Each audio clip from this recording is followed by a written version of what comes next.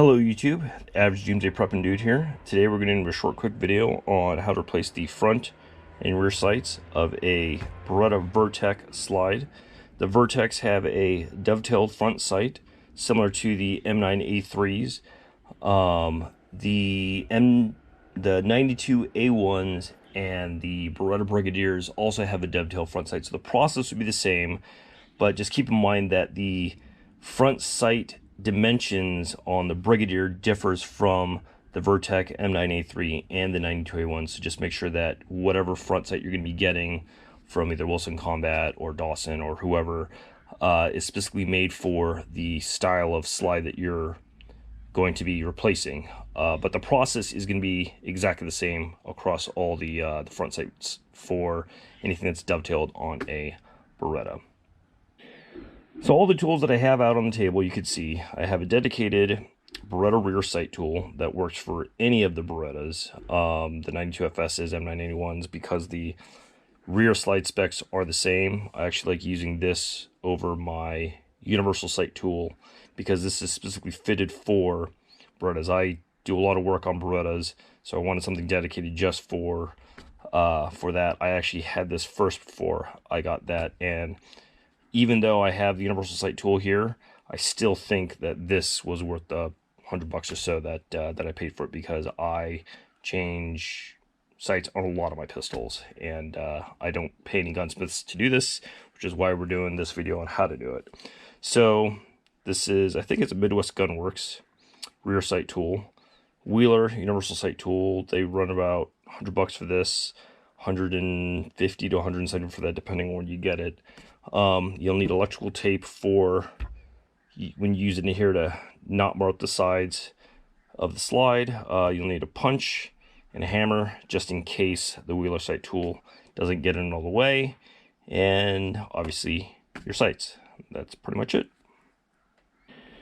Okay, so let's start with the rear sight. The rear sight is actually pretty simple, especially when you have the dedicated sight tool. It literally just slides into the internal rails here, like so. See how easy that goes on? You kind of just line it up to the center of the sight here, clamp it down, and you're going to be sliding, looking from the back of the pistol forward. Always slide out from right to left and in from left to right. That goes for the front and the rear sight. The one thing you have to remember on the rear sight is make sure the safety is down. And the reason why you want to make sure the safety is down is because this here will be blocking the rear sight if it's up. So you want to make sure the safety is down. So let's go ahead and get this tight. And literally all I'm going to do is I'm just going to rotate, and there may be a pop sometimes because of the finish, but as you can see, it's just sliding right out. This takes all of like 10 seconds, and it's out. So now we have a clean, dovetailed rear sight. I've already got the rear sight out from the LTT Williams sights, and again, it goes in from left to right, so just kind of hand seated in there. It should go, 25% of the way in, which is fine. Once you start to feel the resistance, stop. It's going to stop right there. I'm going to get this back, pull this here to the center of the sight, tighten again, and then just slowly crank it. And the nice thing about the dedicated sight tools is literally they're made, because they're made for each manufacturer, the specs of the height of where they're supposed to be here, and obviously to lock the slide into place is perfect. So this is really, really easy. Even though I have a universal sight tool, this is definitely the way to go if you have one. The Beretta one doesn't do the front sight because the original 92FSs were not milled, but I have a dedicated one for a SIG which does the front and the rear, and they're just when you have one dedicated for something, you don't have to mess with any adjustments. It's super duper easy. So I eyeballed it. It looks like it needs to go a little bit more to the right. Take this down again, and just slowly. And that should be good. Let's see. And one more. The thing about this is you just want to go slow. This doesn't take that long anyway, so just go slow. Don't go too far. And that looks pretty good. So again, you want to have the safety down, because when it's up, it would not clear the safety. Okay, we're going to start the front sight. Okay, so now comes the fun part. We're going to be doing the dovetailed front sight, replacing it with the fiber optic Williams sight. So the first thing you want to do after you get everything all taken apart is you definitely want to tape the sides of the slide.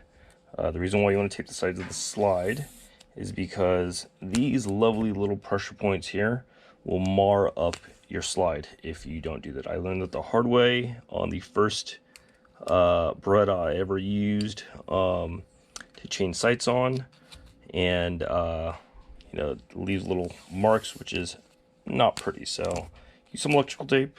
You can use 2 layers or 1 layer depending on how tough it's going to be. I start with 1. And let's see, so we just kind of put that in there, and we get this tight. You don't want to get it too tight because we're gonna have to kind of fit this in there, but you want to make sure it's not moving around. Okay, so we got that in there like that. Now, the one thing about the wheeler sight tool and the Berettas on the front sight, it's kind of crappy, is because of the convertible top of the Beretta. Normally, this section here of the sight tool would actually screw it all the way down into it, clamp it, and then you would adjust the sights to get this portion here to go in and out. Because there's no top portion of the Beretta, there's nothing for it to actually clamp down on. So kind of do a little bit more manual with this, but it actually doesn't take too long and it's not that bad. So once I kind of have this eyeballed, you know, kind of hand tight, I'm going to stick this down here to kind of find out where the front sight is. And actually that's pretty good. That is actually dead center to the sight. So what I'm going to do is now I'm going to actually tighten this down. And they have lines, if you can see it, but there's lines inside the sight tool, so you kind of know when the slide has even pressure on the clamps. So let's see if I can do that, because I'm looking through the camera and offside, and it looks pretty good. Got this pretty tight now. Okay.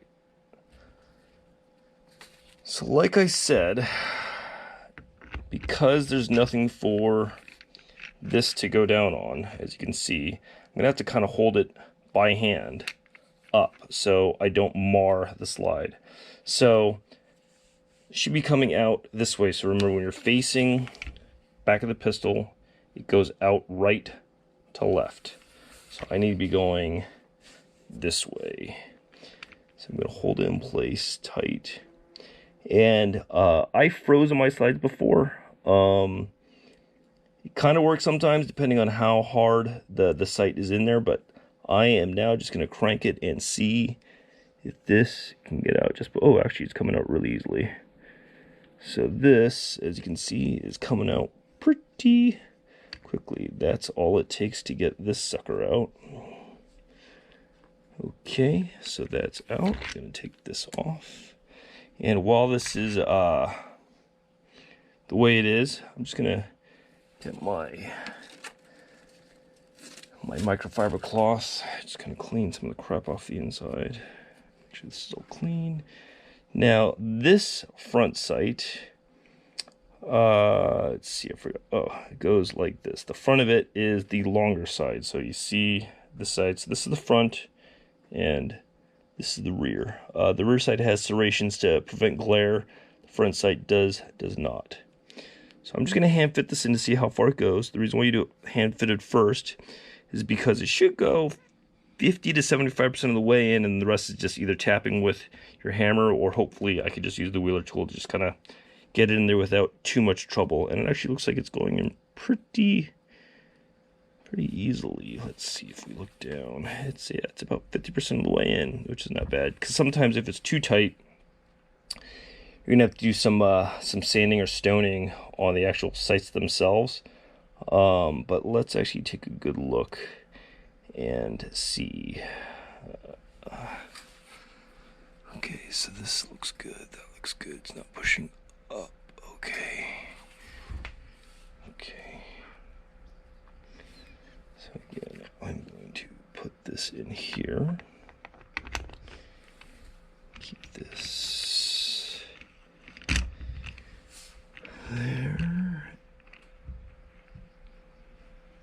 Okay, let's see if I can get this on camera and not break the sight. Okay, so you really want to go slow, because if you go too fast, you could actually bend the sight up and break the sight. So you don't want to have, obviously there's going to be resistance, but you want to just kind of like, so I could see that it is not going in. I can actually see that it's pulling up, which is what I do not want to happen, which is why I said go slow. So what I'm going to do is I'm going to take it out, and I'm actually going to see if, again, put some tape on, if I can tap it in just a little bit more. This is where you palm it and you can't really see me hammering it, so I'm gonna hammer outside frame.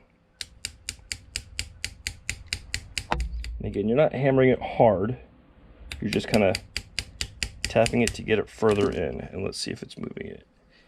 It is actually moving it down, which is good. And the reason why, again, I'm taping it is to prevent marring on the actual sight itself.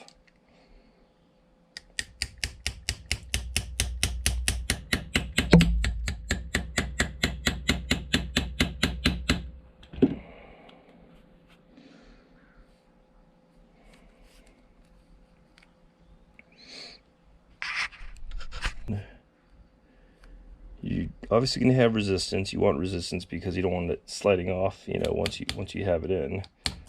But you don't want to be banging on it and bending the front side, or marring the dovetails. So once you kind of get this in, oh, that looks pretty good. Let me see if I can actually, now that it's in more, I can use this to kind of get it in like this. All right, you want it as down as far as possible. You can see that. So now it's gonna have less chances of actually going up, and I feel it moving. Yes, I feel it moving in. You can see it, and I can feel it going in now.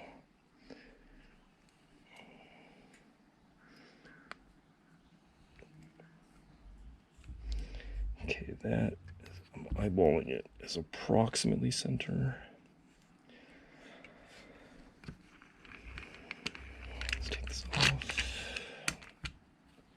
You kind of see that it's approximately center. I think I went a little too far, actually I did. So that obviously just goes down all the way here, like this. Down, just give it like a couple small turns. Okay. All right, so obviously I may have to do some adjustments once I'm at the range, to see if it needs to be, you know, the rear or the front sight needs to come.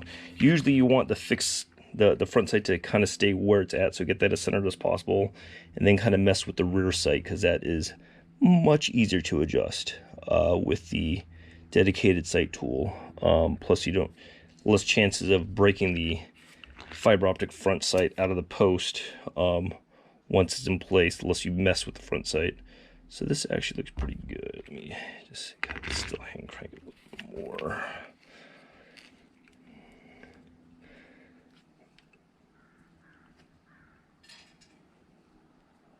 looks good now. Okay. Okay, so now that I have it where I want it, I'm going to take it out